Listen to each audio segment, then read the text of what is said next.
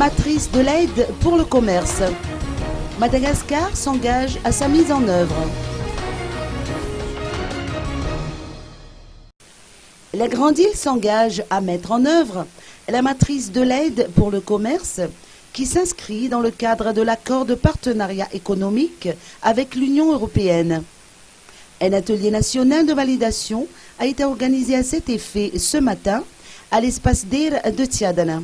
Il en ressort qu'il fut effectivement un moment où les pays de l'Afrique de l'Ouest et Austral, ou AFOA, dont Madagascar fait partie, ont rencontré des difficultés dans la mise en œuvre de cet accord. Écoutons les explications de Freddy Maazouas, consultant auprès du secrétariat de la COMESA. Il s'agit aujourd'hui de remplir et de valider donc une matrice sur les besoins de Madagascar en matière d'aide au commerce. Vous savez très bien que les APE ne sont pas sans apporter un certain risque pour l'économie de ce pays. Donc il s'agit en effet de faire en sorte que notre marché intérieur s'ouvre un peu plus aux produits de provenance européenne.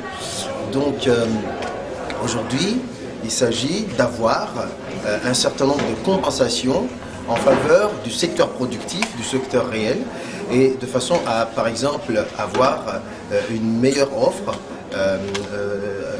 à mettre sur le marché international dans le cadre des exportations également vers ces pays européens, donc qui sont aujourd'hui nos partenaires dans le cadre de ce partenariat économique.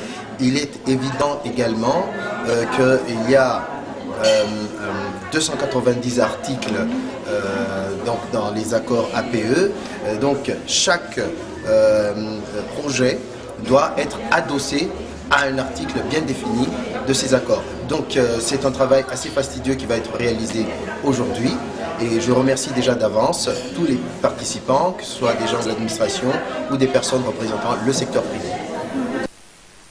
L'objectif de cet atelier est de valider les travaux réalisés par le consultant sélectionné par le COMESA afin d'identifier les différents besoins par secteur d'activité pour la mise en œuvre de l'APE complet avec l'Union européenne.